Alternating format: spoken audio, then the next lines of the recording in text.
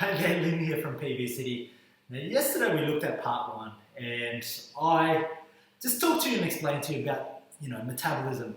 I talked to you about the biggest thing that guys are missing out on when they come to dieting down and when they come to looking and putting on some lean muscle and getting a sports model physique. Okay, so the biggest thing is that everyone's too caught up in their nutrition and eating in a calorie deficit and eating if it fits your macros that they're forgetting what you want to look like, and that's a sports fitness physique model, or if you want to do bodybuilding, you have to train hard.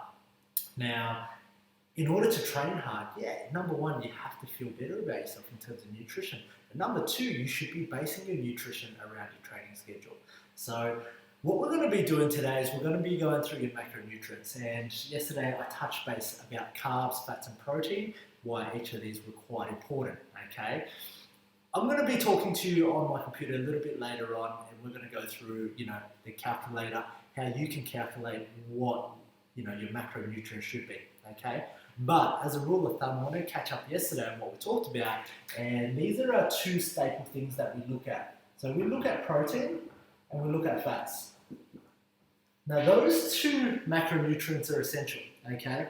Now in terms of protein, you want to be keeping it to about 2 to 2.5 grams per kilogram of body weight, all right? So that's pretty easy to go by as well.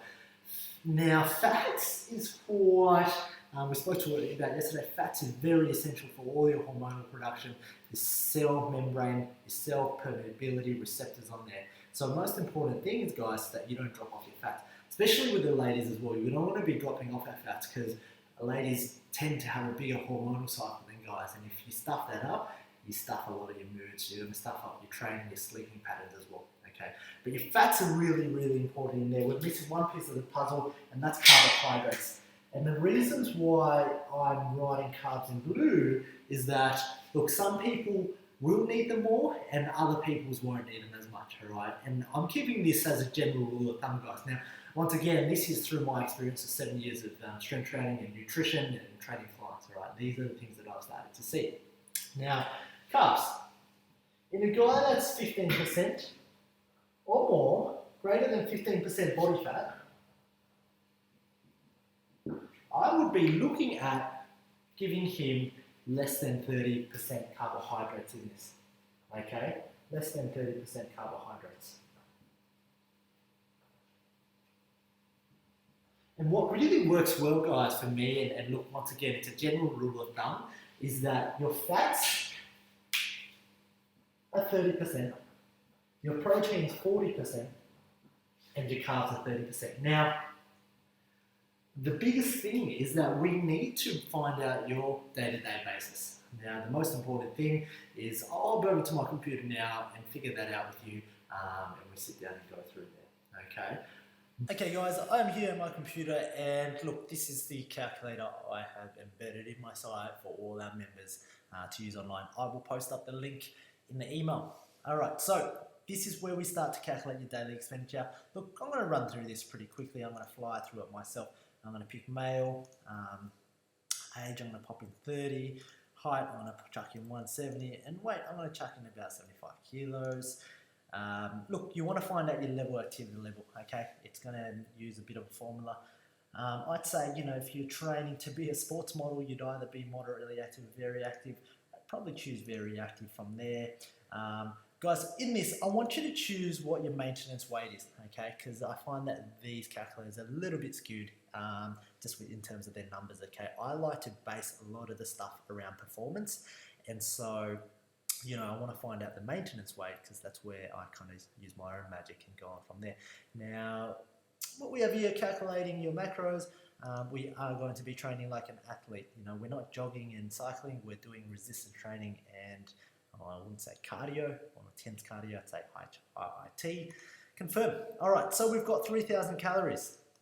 Now remember that formula that I brought you back with, and I said, okay, look, you're going to be using, 2.5 to 2 grams per kilo. That gives me about, at 75 kilos, I'm having 150 grams of protein, which that's about right there. I'm pretty spot on with that. I'm happy with that, 165 grams. Carbohydrates, look, at the moment in time, this is where you're going to have to play around with carbs and fats. Like I said, if you're in that plus 15% body fat zone, I bring that down to 30% and keep that at about 30% there as well, all right? So, or that at 30% and use the rest of the fats to make up for the calories, okay? Now, this is, I would say, high carb on a day-to-day basis, 400 grams of carbs. You know, you'd have to be between 7 to 10% body fat, training 3 to 4 times a week, high volume to play around with it. So play around with your diets, guys, and yeah, we'll get back to this video. What we need to break down, guys, really is finding out, number one, our macronutrient breakdown. Number two, if we're a high percentage of body fat, there's a more chance, or it's more likely that you're becoming insulin resistant, meaning that the more carbohydrates you have, your body's not going to respond to produce insulin, and that gets stored as fat. All right, pretty much general, simplistic manner there. Okay, so you want to keep the carbohydrates down. And once again, these will go up when your strength increases. So as your strength increases, you know, if you're getting stronger, you're squatting more, you're doing more volume training, you can start increasing your carbohydrates and dropping down your fats, okay? And bringing your fats down a little bit. Keeping your fats maybe 20%, okay? Protein, I generally like to keep that as a constant. There's no need to muck around there with too much protein. Now, you know, if you jack up your protein to maybe, you know, 3 or 4 grams per kilo and you drop everything else down, your body starts to break down protein as a fuel source, okay? It's been shown that it starts to break down protein. So with protein, keep it to 2.5. Your carbohydrates, remember, if you're above 15% body fat, you're going to, as a rule of thumb, less than 30% of your calories coming from carbohydrates. You know, if you're 30% body fat, I'd be having about 10 to 15%, if that, coming from fibrous carbs. So all your veggies and stuff like pumpkin. Awesome stuff from there. Now fats, general rule of thumb, we want to keep it to about 30% to start off with. You can go down to about 20% there. Now you want to be getting these as well from coconut oil, MCT, avocado, all your nuts as well there. Your carb sources, man. Look, if you want to go through, if you fit your macros and flexible dieting, I have no worries with that at all. I know that whenever you're in a calorie deficit, for me, I'd rather better whole unprocessed foods just because it keeps me fuller for longer. I can eat more.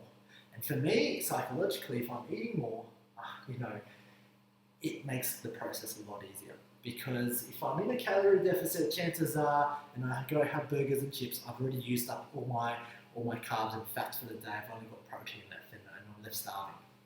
Now, you know, do whatever you like. But as for the time being, getting in there, if you have to substitute foods, if you find that you work better with clean eating, healthy foods and unprocessed foods with all the enzymes intact, do that by all means, okay? And protein, like I said, keep it to, your lean meats, your whey protein, your meats, your poultry, your eggs, fish, go on from there. Okay, guys, I hope this made sense and I hope this was useful.